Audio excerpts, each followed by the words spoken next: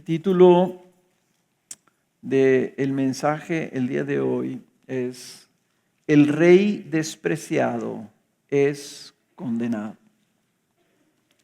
El rey despreciado es condenado. En nuestra serie en Lucas, firmes en la certeza del Evangelio. En los últimos dos mensajes de la serie hemos estado hablando de cómo el Señor va caminando o descendiendo en las tinieblas de su pasión. El Señor empieza un proceso desde que entra con sus discípulos a la última cena y ahí enfrenta lo que es algo tan significativo para Él, la traición de uno de sus discípulos, que había caminado con Él y estado con Él durante todo este tiempo. Anuncia a sus discípulos que uno de ellos lo iba a traicionar. No solamente pasa eso, sino que luego ellos, en lugar de responder con dolor, empiezan a discutir, a pelearse sobre quién iba a ser el mayor en el reino de los cielos. Tiene que Jesús anunciarle al apóstol Pedro que lo iba a negar 3 veces, lo cual hace Pedro. Lo vimos hace 2 semanas.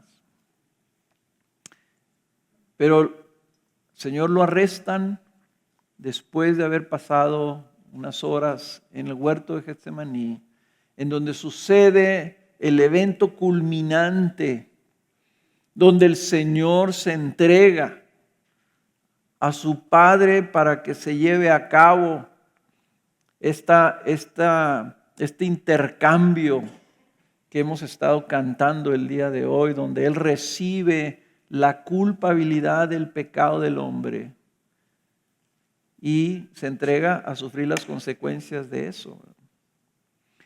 Es la pasión de Cristo en Getsemaní, hermanos, es una de las cosas más asombrosas, es una de las cosas más misteriosas. Ahí teníamos al hombre sudando gotas como de sangre, orando a su Padre como el Hijo de Dios que pasara de él esa copa, velando en oración y sus discípulos dormidos.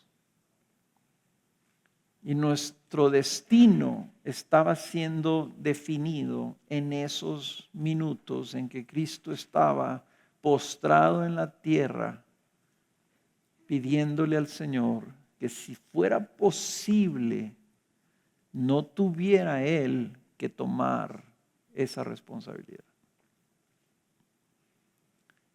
Finalmente Él se entrega, se rinde, porque sobre todas las cosas Cristo iba a ser obediente a su Padre. En una perfecta obediencia, dice que aprendió obediencia. Ahí está el misterio. Jesús tuvo que tomar una decisión ahí que le costaba todo. Lo arrestan y lo arrestan ya en ese momento. Lo arrestan como si fuera un malhechor.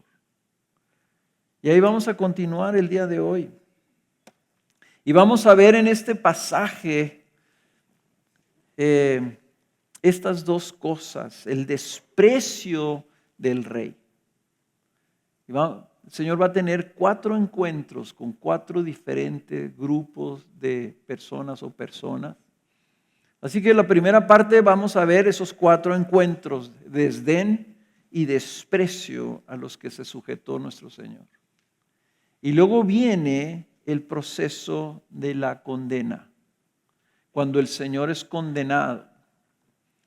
Y es algo que tenemos que tratar de vernos nosotros mismos, porque para llegar a la conclusión final que vamos a ver al final, necesitamos nosotros entender en dónde estamos, qué está sucediendo y en todo ese drama, en dónde estamos nosotros ahí.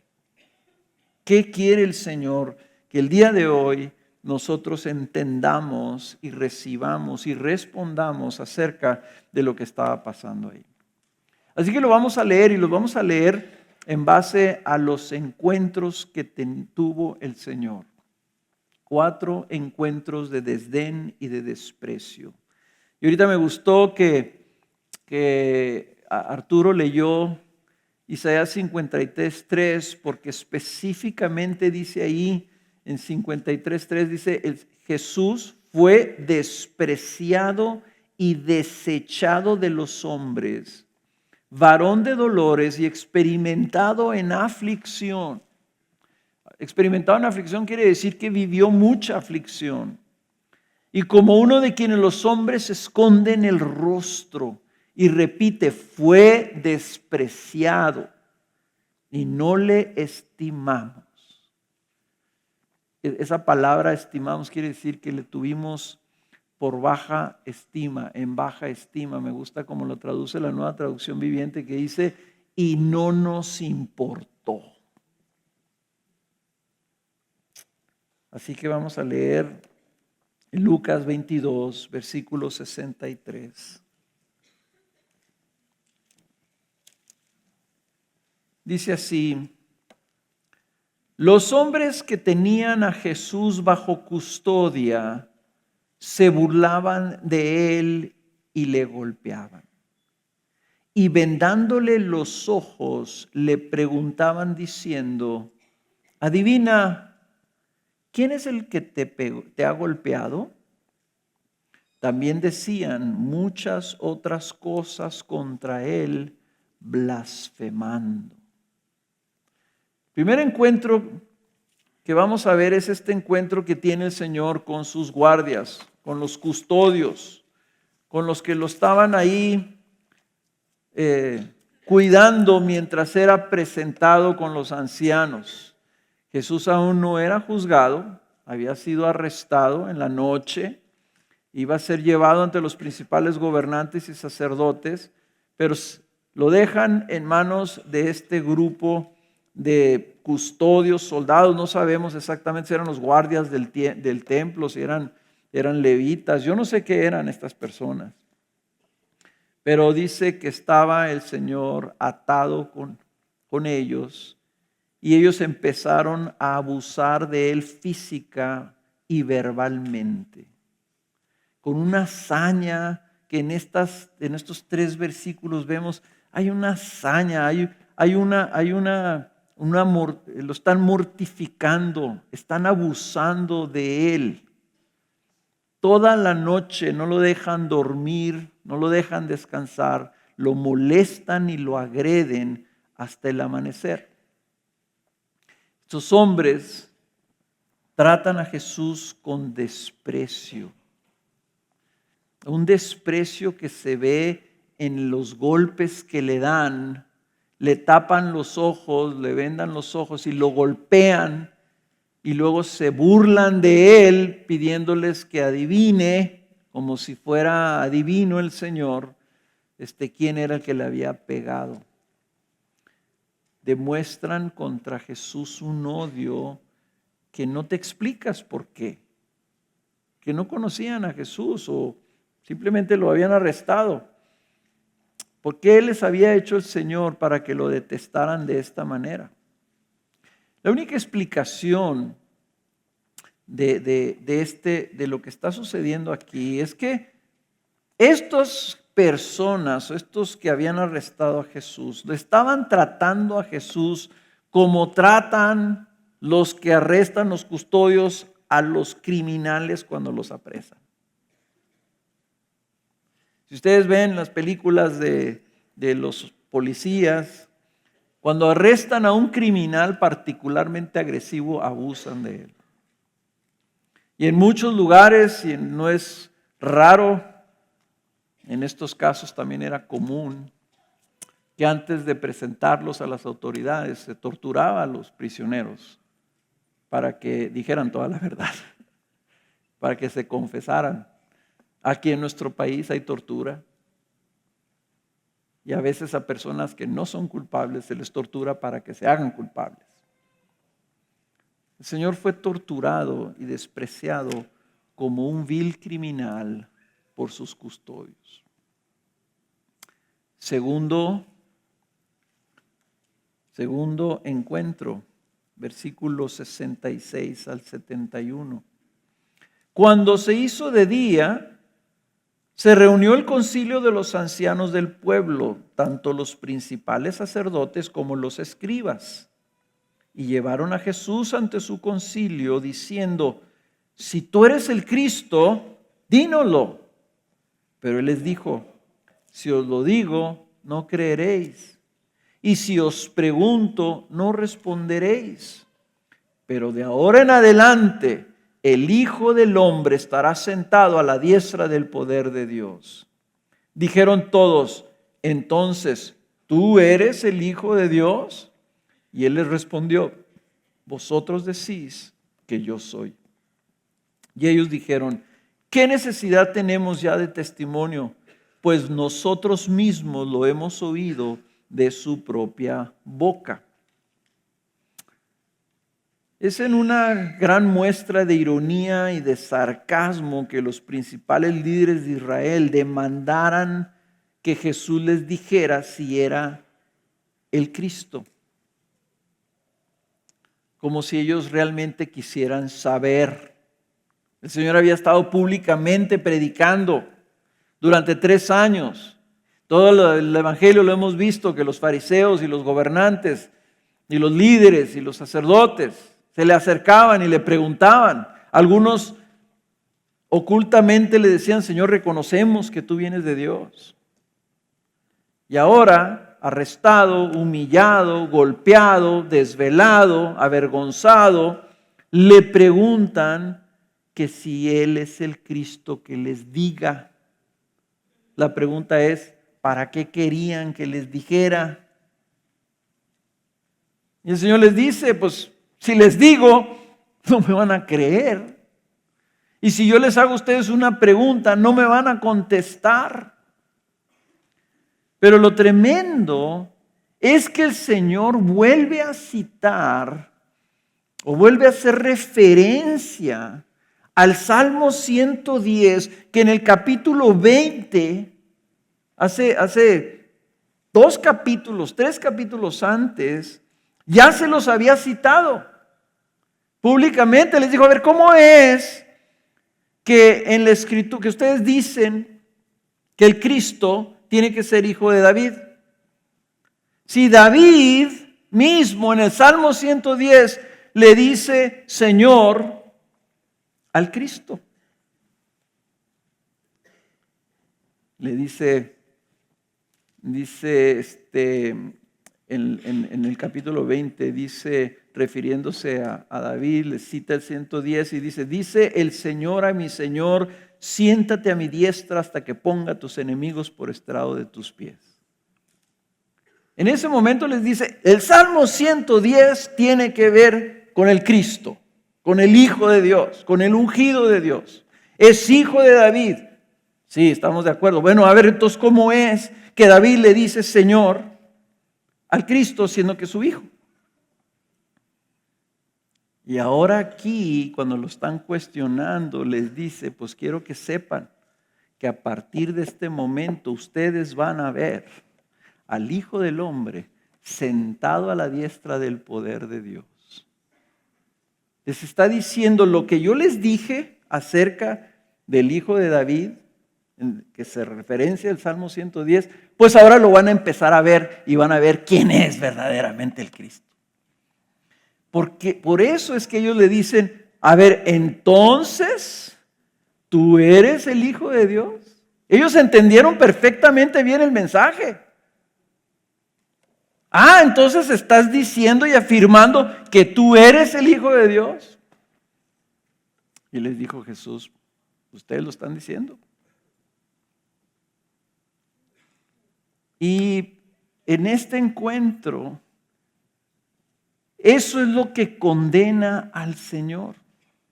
El desprecio de estos hombres, ¿verdad? Es mostrado en la incredulidad de la afirmación del Señor. En otras palabras, el Señor les dice: yo soy el Mesías, yo soy el Cristo, yo soy el Hijo de Dios. Y ellos lo condenan a muerte por decir eso, entonces, pues Jesús está siendo despreciado por lo que es. Está siendo condenado por la realidad de lo que Él es. Ellos no querían saber si Cristo era el Hijo de Dios. Ellos querían condenarlo por afirmar que era el Cristo.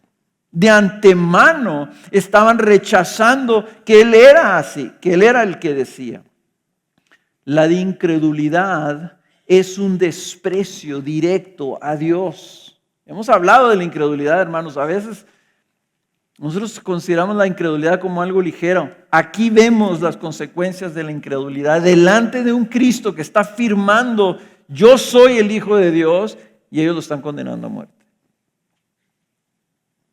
Cuando nosotros no le creemos a Dios, lo estamos despreciando. Tenemos que entender esto. No podemos nosotros tolerar la incredulidad, así como decir: no, pues es que yo estoy batallando para creer. Lo que estás diciendo: no, es que yo estoy despreciando a Dios. No me importa lo que Dios dice. No me importa que Él afirma estas cosas. No me importa que estas cosas son verdad. Pero yo tengo pues mi fe, ¿verdad? Todavía ahí decimos cosas así como: es que Dios todavía no me da la gracia como para creer eso, ¿verdad? Y menospreciamos y despreciamos su palabra, como lo están haciendo estos hombres. Tome nota solamente de este punto. ¿Cuál fue la razón por la que condenaron a Cristo? Porque Él dijo que era el Hijo de Dios, el Mesías, el Cristo. Tercer encuentro, capítulo 23. Dice el versículo 1: entonces toda la asamblea de ellos se levantó y llevaron a Jesús ante Pilato. Pilato era el gobernador romano. Y comenzaron a acusarle diciendo: hemos hallado que éste pervierte a nuestra nación, prohibiendo pagar impuesto al César y diciendo que él mismo es Cristo, un rey. Pilato entonces le preguntó diciendo: ¿eres tú el rey de los judíos? Y Jesús respondiendo le dijo: tú lo dices. Y Pilato dijo a los principales sacerdotes y a la multitud: no encuentro delito en este hombre. Pero ellos insistían diciendo: él alborota al pueblo, enseñando por toda Judea, comenzando desde Galilea hasta aquí. Y cuando Pilato oyó esto, preguntó si el hombre era Galileo. Y al saber que Jesús pertenecía a la jurisdicción de Herodes, le remitió a Herodes, que también estaba en Jerusalén en aquellos días. Bueno, podemos pensar, ¿y cómo fue que Pilato despreció a Jesús? Pues lo despreció por medio de su desdén. En este es curioso que ellos lo acusan. Fíjense de qué lo están acusando. Lo están acusando de rebelión y de decir que era el Hijo de Dios, el Rey, Cristo. Pilato no reacciona ante el hecho de que Jesús es acusado de andar de rebelde, que andaba atentando contra el César. No dice nada acerca de eso. A él le intriga que Jesús diga que si es el hijo, que si es el rey, que si es el rey de los judíos. Cuando Jesús le contesta: pues tú lo estás diciendo. ¿Qué sería la reacción natural si Pilato dijera: ah, caray, o sea, eres un rey? Pero no reaccionó así. Pilato reacciona diciendo: no sé que eres Galileo, pues te voy a mandar con el rey de los judíos. O sea, Pilato en ese momento no toma en serio a Jesús, tampoco. Pero como él no era judío, pues él no tenía ni qué creerle, ¿verdad? Él, con un desdén simple y sencillamente, no le da importancia. ¿Se acuerdan en el 53:3? Y no le estimamos. Eso es parte de la pasión. Pilato no le importó Jesús, no le dio importancia, no le dio valor. Tú eras el hijo del rey, pues te voy a mandar con el rey. Me cae gordo el rey Herodes, se lo va a mandar. A ver qué hace Herodes con él. Yo creo que a Herodes no le va a caer nada bien que yo le mande uno que está diciendo que él es el rey, no Herodes. Herodes era el rey. Esto es un verdadero desdén, que Cristo no significó nada importante para Pilato. Hubiera sido mejor, menos desprecio, que Pilato reaccionara y dijera: a ver, ¿cómo? Aquí no puede haber más rey que el que pone Roma. ¿Cómo te atreves a decir que tú eres rey si nosotros no te hemos reconocido? Hubiera sido aquí tú estás menospreciando a César, te vas a ir al calabozo o te vamos a crucificar por haber menospreciado a César. Pero no reacciona así. Dice: yo no encuentro nada de malo, suéltenlo. Y termina Jesús yendo a su cuarto encuentro esa mañana. Versículo 23, versículo 8. Dice: Herodes, al ver a Jesús, se alegró en gran manera, pues hacía mucho tiempo que quería verle, por lo que había oído hablar de él, y esperaba ver alguna señal que él hiciera. Y le interrogó extensamente, pero Jesús nada le respondió. Los principales sacerdotes y los escribas también estaban ahí, acusándole con vehemencia. Entonces Herodes, con sus soldados, después de tratarle con desprecio y burlarse de él, le vistió con un espléndido manto y le envió de nuevo a Pilato. Aquel mismo día, Herodes y Pilato se hicieron amigos, pues antes habían estado enemistados el uno con el otro. Herodes tampoco tenía ningún interés en creerle a Jesús. Él quería ver a Jesús para asombrarse con alguna señal que hiciera. Para Herodes, Jesús era simplemente una oportunidad de entretenimiento. Jesús le enviaron para él y dijo: qué padre, vamos a ver si hace algo. Me gusta ver cosas nuevas, ¿verdad? Los principales le acusaban con gran intensidad, pero a Herodes no le importaba eso. No le importaba lo que dijeran de Jesús. El rey, dice, y sus soldados entonces trataron a Cristo con desprecio. Notan ustedes que aquí hay un tema. El tema es que el Cristo debía ser despreciado, y de nuevo se burlan de él, mofándose de la afirmación de que Jesús se decía ser Cristo el Rey. La línea que conecta todos estos incidentes es la afirmación de que Jesús era el Cristo. En otros evangelios dicen que los soldados le tejieron una corona de espinas, que lo cubrieron con este manto los soldados, ¿verdad?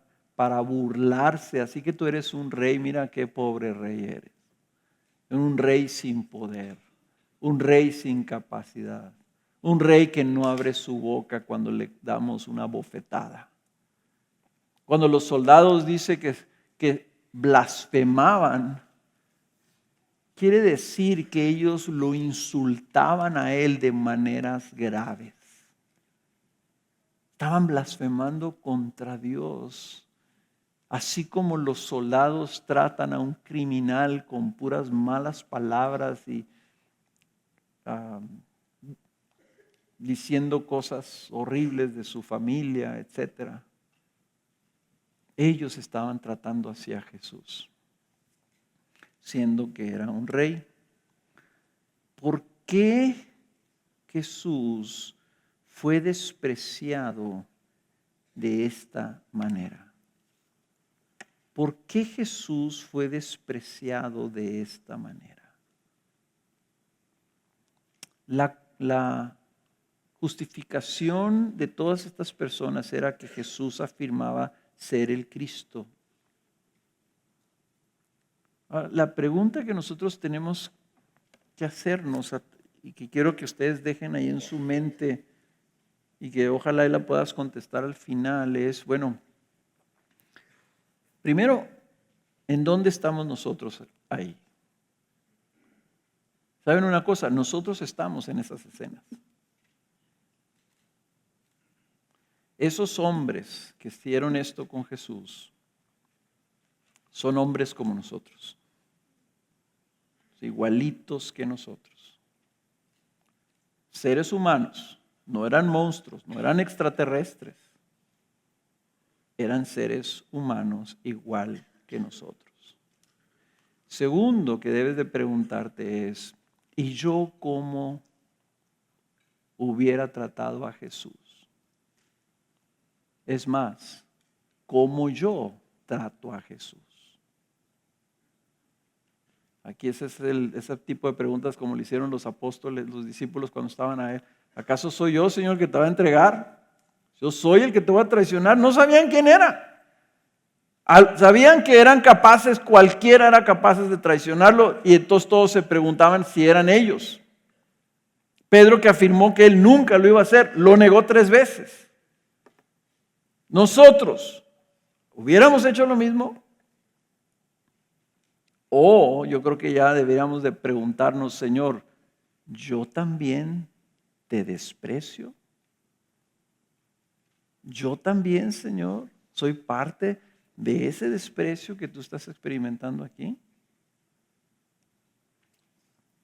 Vamos a terminar de leer la segunda parte del pasaje y la culminación del pasaje viene después del versículo 13, en la condenación de Jesús por ser Cristo el Rey.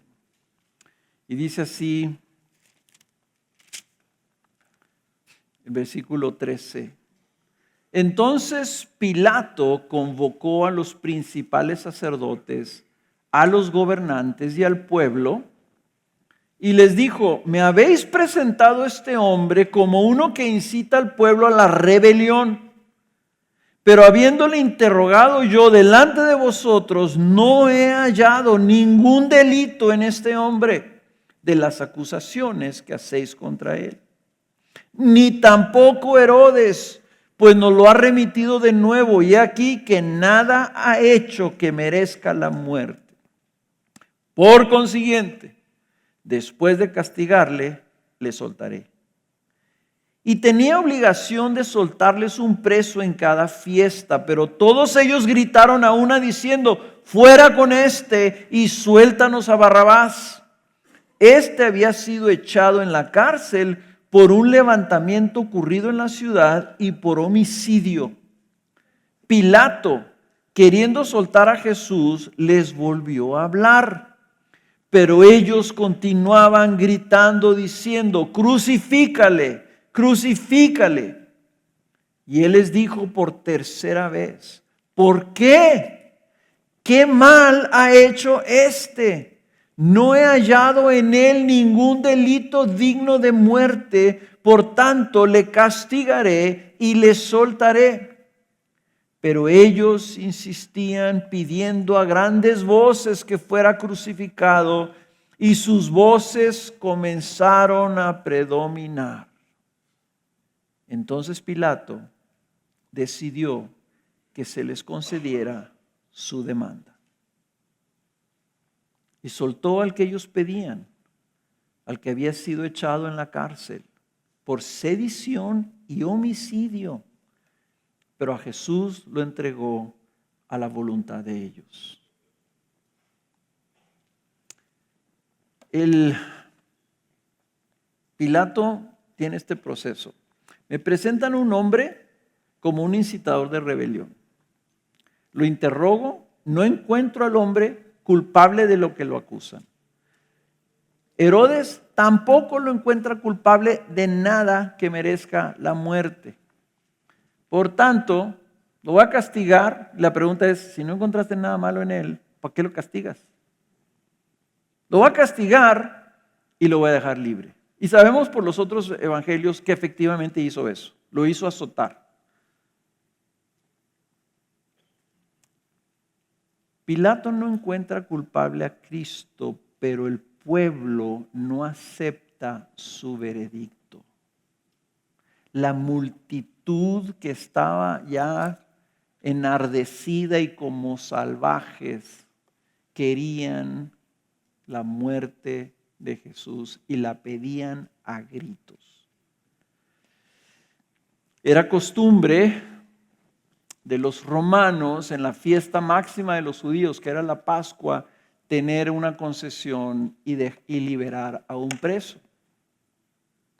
La gente descaradamente no pide que liberen a alguien que ellos consideraban inocente, o que liberaran a alguien, un preso político, o que liberaran a alguien que ya era un anciano.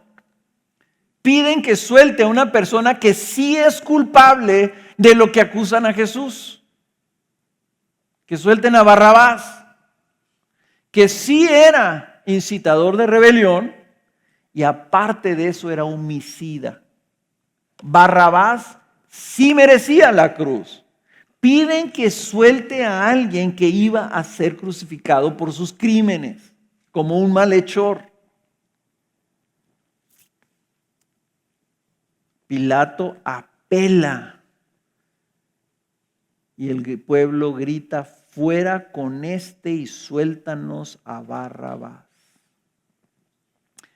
Por tercera vez, 3 veces, Pilato insiste que Jesús es inocente. Pero dice, el pueblo empezó a gritar tan fuerte que Pilato pensó, o lo suelto a Jesús o aquí va a haber una matazón.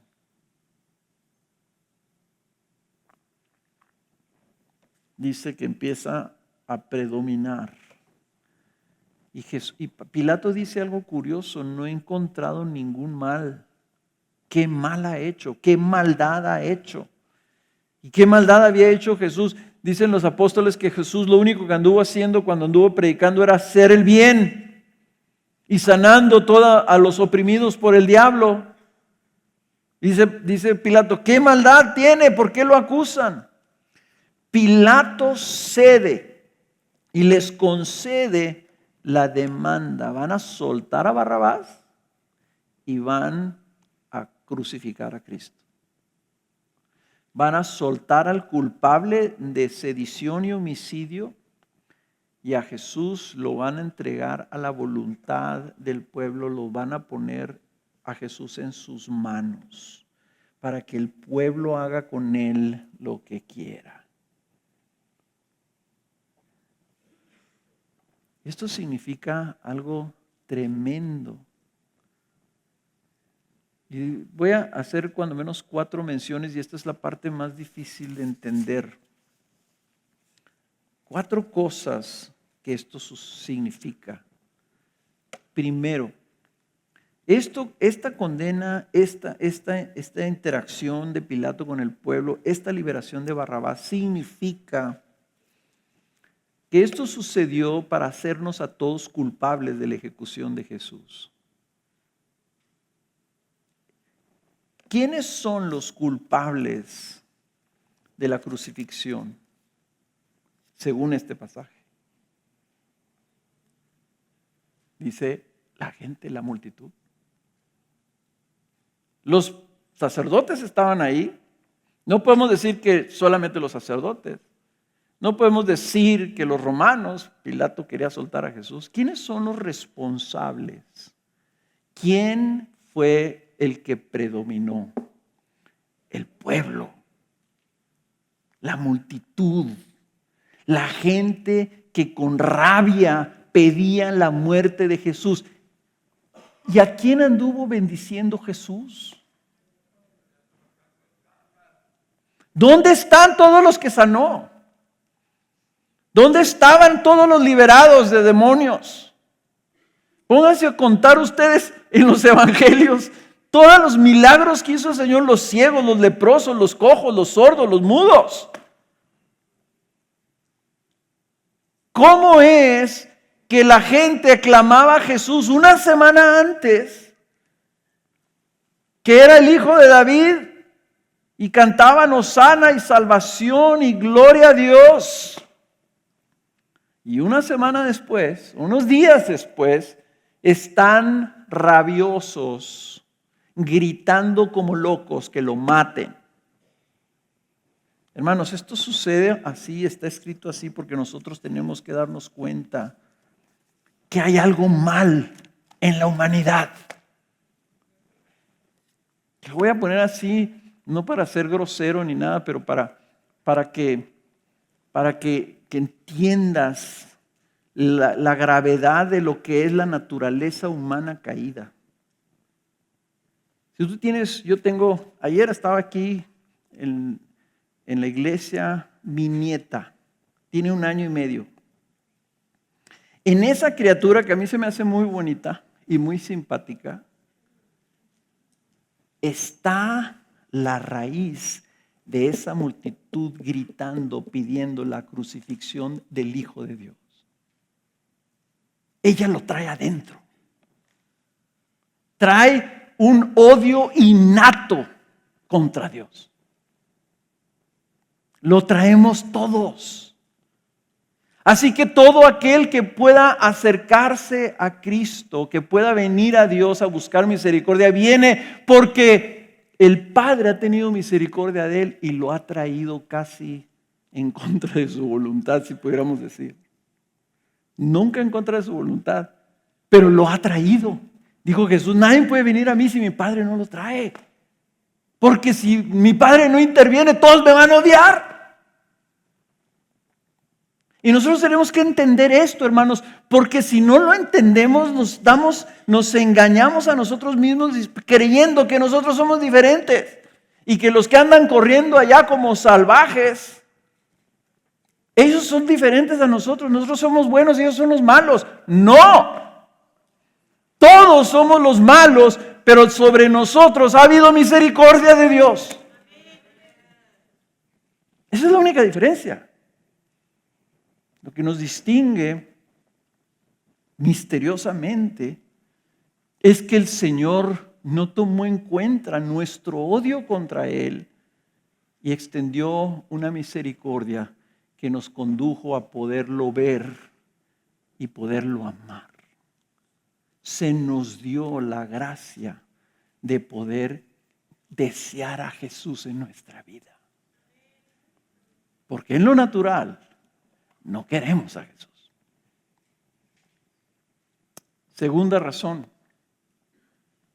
Esto sucedió así porque Barrabás es la ilustración de lo que estaba sucediendo o lo que iba a suceder en la cruz.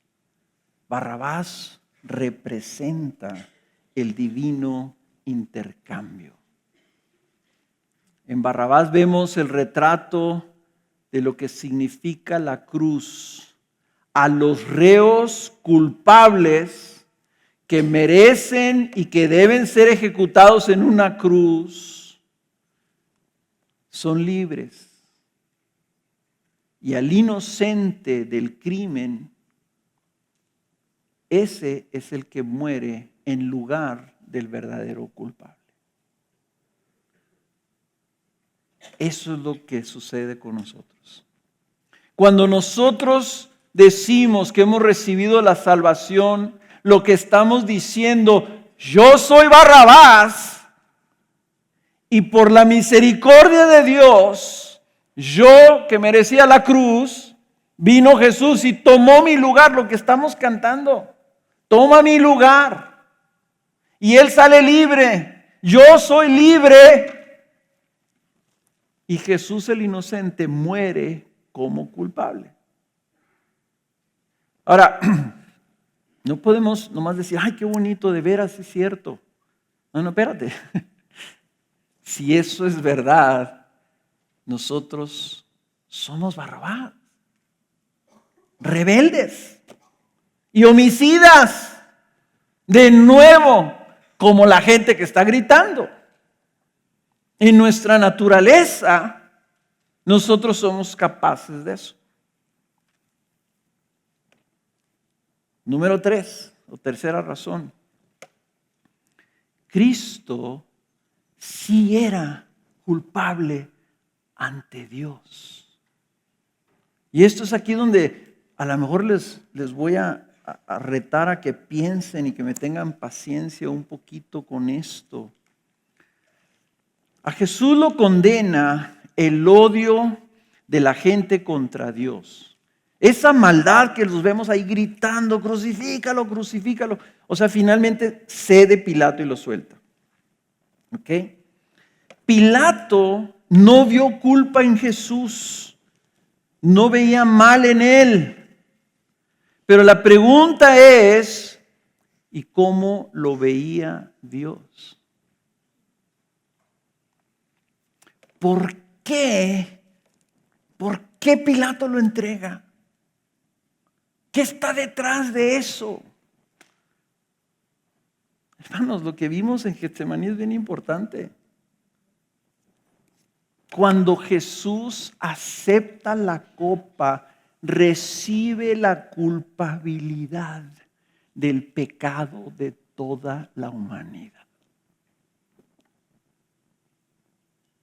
Ante los ojos de Dios, Jesús, su propio Hijo, inocente de todo pecado en lo personal, estaba recibiendo el justo castigo por toda la maldad de todos esos que estaban gritando ahí. Es más, no solamente estaba viendo ahí un intercambio, no solamente el justo por los injustos, como dice 1 de Pedro 3:18, sino que Jesús estaba recibiendo la iniquidad, estaba siendo hecho pecado por nosotros. De tal forma que la ira justa de Dios no iba a ser derramada sobre un hombre inocente, iba a ser derramada sobre un hombre que sí era culpable por decisión propia de asumir esa culpabilidad. Entonces, si el desprecio es parte de su pasión, quiere decir que lo que estas personas estaban haciendo contra Jesús era parte también del castigo por lo que estaban haciendo los que estaban gritando. Así es como que es un círculo ahí medio curioso que yo mismo como que me puse a pensar, a ver, ¿cómo sea? O sea, el sufrimiento de Jesús, la humillación de Jesús, la vergüenza de Jesús, los golpes que recibió Jesús, las burlas que recibió Jesús, que le jalaban la barba, que le pegaban con una vara, que le pusieron una corona de espinas, etcétera, los latigazos, todo lo que recibió Jesús es parte de la condena. Es parte de la sentencia. En esas palabras, esos que estaban gritando, Jesús estaba asumiendo su culpa y parte del castigo que él tenía que recibir venía por medio de lo que ellos estaban haciendo. Esto es un misterio, hermanos. Esto es algo que tremendo y terrible. Dice 2 Corintios 5:21, al que no conoció pecado, ahí está Jesucristo, él nunca lo conoció en lo personal, nunca pecó. Dice, Dios le hizo pecado por nosotros. O sea, Jesús fue hecho pecado. No nomás murió en nuestro lugar siendo inocente, murió en nuestro lugar siendo culpable de nuestro pecado. Murió como un criminal, crucificado entre dos malhechores. Y eso para nosotros es bien importante que lo tratemos de entender, hermanos, porque nos está diciendo qué tan grave es nuestro pecado.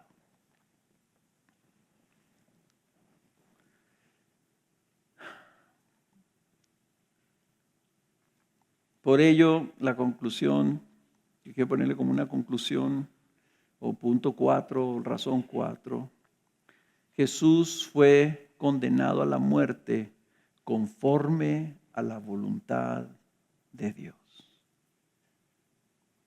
Yo he escuchado predicaciones de este pasaje, muchas predicaciones de este pasaje, muchas predicaciones del juicio injusto que recibió Jesús, que no le dieron oportunidad de hablar, que no le dieron oportunidad de defenderse, que le presentaron testigos falsos, etcétera, etcétera, etcétera. Al final aquí Lucas dice, miren, que si fue falso, que si fue en la noche, que si fue esto, que si no se hacían así en el Imperio Romano, que no lo hacían así los judíos, es secundario.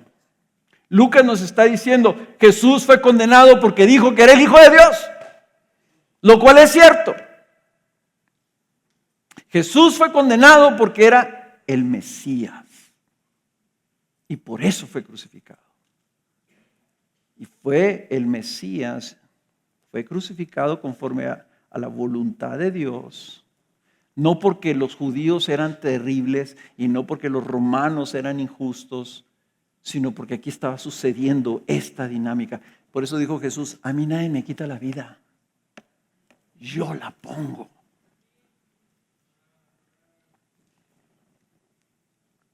Dice Isaías 53, el versículo 6, que no leyó Arturo, los leo yo, dice, todos nosotros nos descarriamos como ovejas, nos apartamos cada cual por su camino, pero el Señor hizo que cayera sobre él la iniquidad de todos nosotros. Hermanos, nunca pensemos, pobrecito Jesús, lo crucificaron los romanos malos por los traidores judíos que no creyeron en él. Muchas personas tienen problemas con el evangelio porque dicen, yo no puedo creer en un Dios que haga eso con su hijo.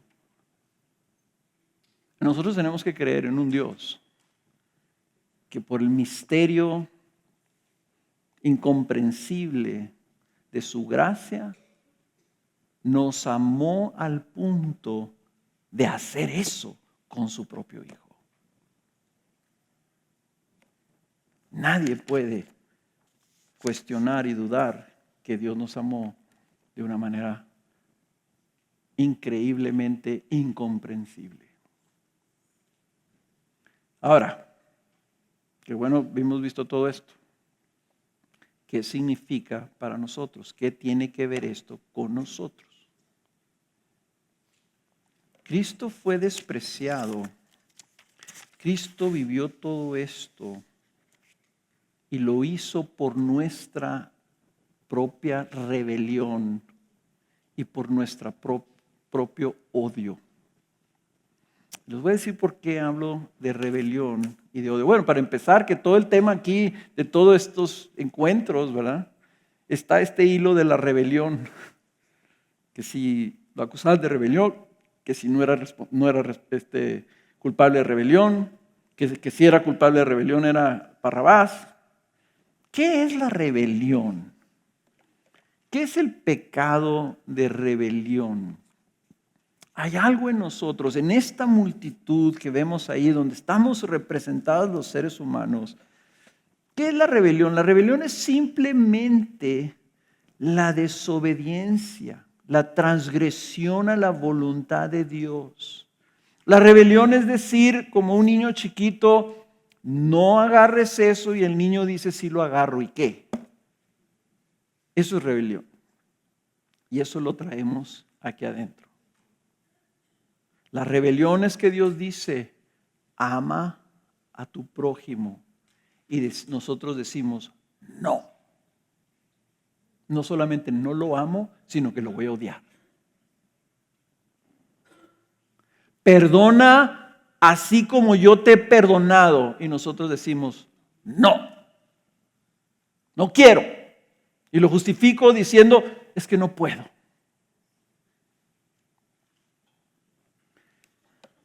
Entonces, la rebelión sí es eso que nos lleva a nosotros seguir nuestros propios deseos egoístas, seguir nuestra propia voluntad en lugar de someterme a la voluntad de Dios. Cuando yo no me someto a la voluntad de Dios, estoy en abierta rebelión contra Él. Y es importante que lo veamos así, hermanos. Porque la Escritura dice en 1 Samuel que nuestra rebelión es idolatría. ¿Por qué? Porque si nosotros no nos sometemos al Dios verdadero, quiere decir que estamos confiando en alguien más. Y que si nosotros lo que hacemos es no hacer la voluntad de Dios, sino hacer nuestra propia voluntad, entonces para nosotros somos Dios. Idolatría. Ahora, el otro tema aquí que corre por todo esto, ¿verdad?, es el homicidio. La gente quería matar a Jesús. Barrabás era culpable de matar gente. ¿Qué es el homicidio? Y es muy común. Oye, ¿tú crees que te va a condenar Dios en el día del juicio final? Es muy común escuchar esta respuesta. No, yo nunca he matado a nadie. Y luego siempre le decimos, no, pero has hecho otros pecados, ¿no? Pues sí, pero nunca he matado a nadie. Hasta cierto punto tienen razón en apuntar al homicidio como diciendo, yo no he matado a nadie. ¿Saben qué es el homicidio? Tracen una línea. ¿Ok? Y de este lado pongan odio en el 0. ¿Ok? Sigan en la línea. El odio produce ira, gritos, desprecio, maldades, separaciones, divisiones, maledicencias, etcétera, etcétera. ¿Saben cuál es el punto máximo del odio? El homicidio. Cuando tú odias a alguien tanto, lo matas. A Jesús lo mataron, lo ejecutaron.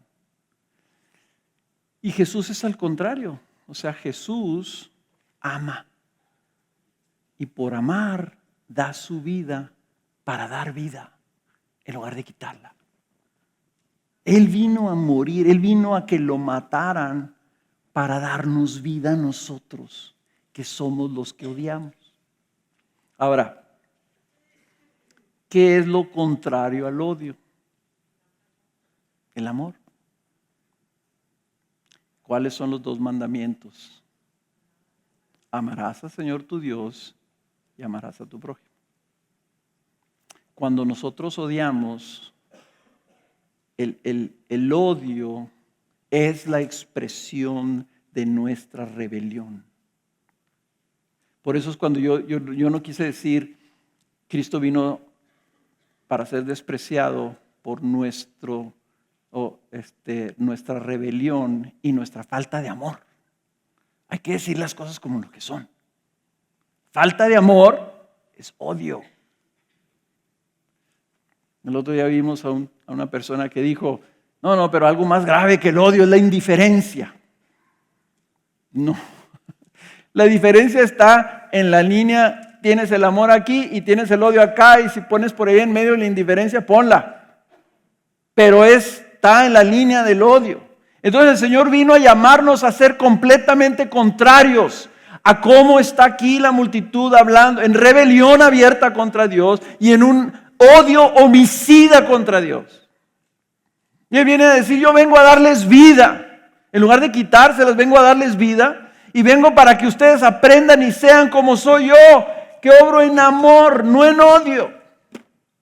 En otras palabras, nuestra naturaleza humana nos lleva a la rebelión y al odio. Lo que Cristo quiere poner adentro de nosotros y ha puesto por medio de su Espíritu es que nosotros no quitamos vida, queremos darla. Queremos poner nuestra vida como Él y queremos amar. Eso es el milagro de la regeneración del creyente. Pero tenemos que entender también que adentro de nosotros, en nuestra carne, nos enseña el apóstol Pablo, en nuestra carne está todavía esa rebelión queriendo salir. Todavía está peleando el odio adentro de nosotros. No queremos amar ni a nuestro prójimo, especialmente si nos tira la basura fuera de nuestra casa. O se nos mete allí en el tráfico, o nos insulta, o nos roba, no queremos amar. Pero Jesús amó a esa multitud y dio su vida por ellos. El odio tiene que estar en nuestro vocabulario para identificarlo en nuestra vida, porque el odio nos lleva a la rebelión.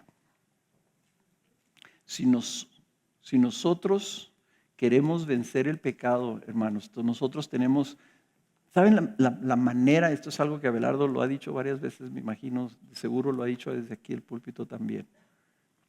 La manera de vencer el pecado es amando mucho a Dios, que lo amas más que tus propios deseos. Pero también tiene que haber odio. Nosotros tenemos que odiar el pecado de la manera que vemos cómo el Señor odió el pecado en este pasaje. ¿Sabes qué tanto odió el Señor el pecado del ser humano? Que puso a su Hijo a experimentar esto. Esa es la medida. La cruz es la medida del odio de Dios al pecado. Yo una de las cosas que traigo aquí esta semana que estaba el Señor, yo no estoy tan seguro que yo odio mi pecado, que lo odio a esa medida. Mis pecados son como pecadillos, ¿verdad? Son como tropecé, me caí, cosas así decimos, ¿verdad? En lugar de verlo como lo horrendo que es, que ocasionó el desprecio del Señor de esa manera. Hermanos, tenemos que aprender y crecer a odiar nuestro pecado. Primero, a discernir lo que realmente está ahí cuando pecamos. Si tú desobedeces al Señor, no te halagues, no digas, es que la regué. No la regaste. Hay odio dentro de ti. Hay una falta de amor a Dios. Hay un desprecio a Jesús cuando tú le das preferencia a tu pecado. Esto es, hermanos, cosa que tenemos que caer de rodillas cuando nos damos cuenta que hemos pecado. Porque eso es lo que tenemos que venir ante Dios sinceramente decir, Señor, desprecié tu palabra, desprecié tu deidad. En lugar de amarte, Señor, me amé yo más. Y si yo me amé por sobre encima de ti, entonces a ti te estoy odiando. Y yo sé que ninguno aquí vamos a decir, yo le digo, a ver, levante la mano los que odian a Dios. Nadie va a levantar la mano. Pero cuando pecamos, eso es lo que estamos haciendo. Le estamos dejando lugar a esa voracidad salvaje que si la extendiéramos y la ampliáramos y la alimentáramos, una chispita, le echas gasolina y crece a estos gritos de crucifícalo, crucifícalo. ¿Qué es lo que es? Es la misma chispa, la misma lumbre. Por la gracia de Dios, a lo mejor ahí chiquita. Y no andas con una pistola matando gente. Pero es odio en su esencia. Es rebelión, es rechazo, es decir, no quiero.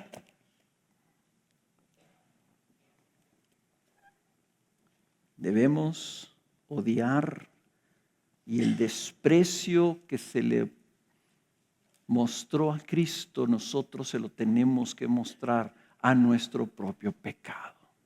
Así como trataron al Señor, es como nosotros debemos de tratar nuestras rebeliones.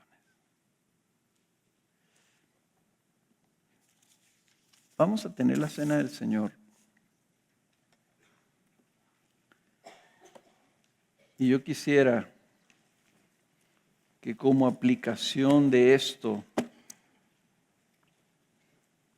hemos visto, cada quien viera su propia vida. Y cada quien viera su propia vida con una gran honestidad, con una gran integridad. de tal forma que no nos engañamos a nosotros mismos pensando que nuestro pecado es poca cosa.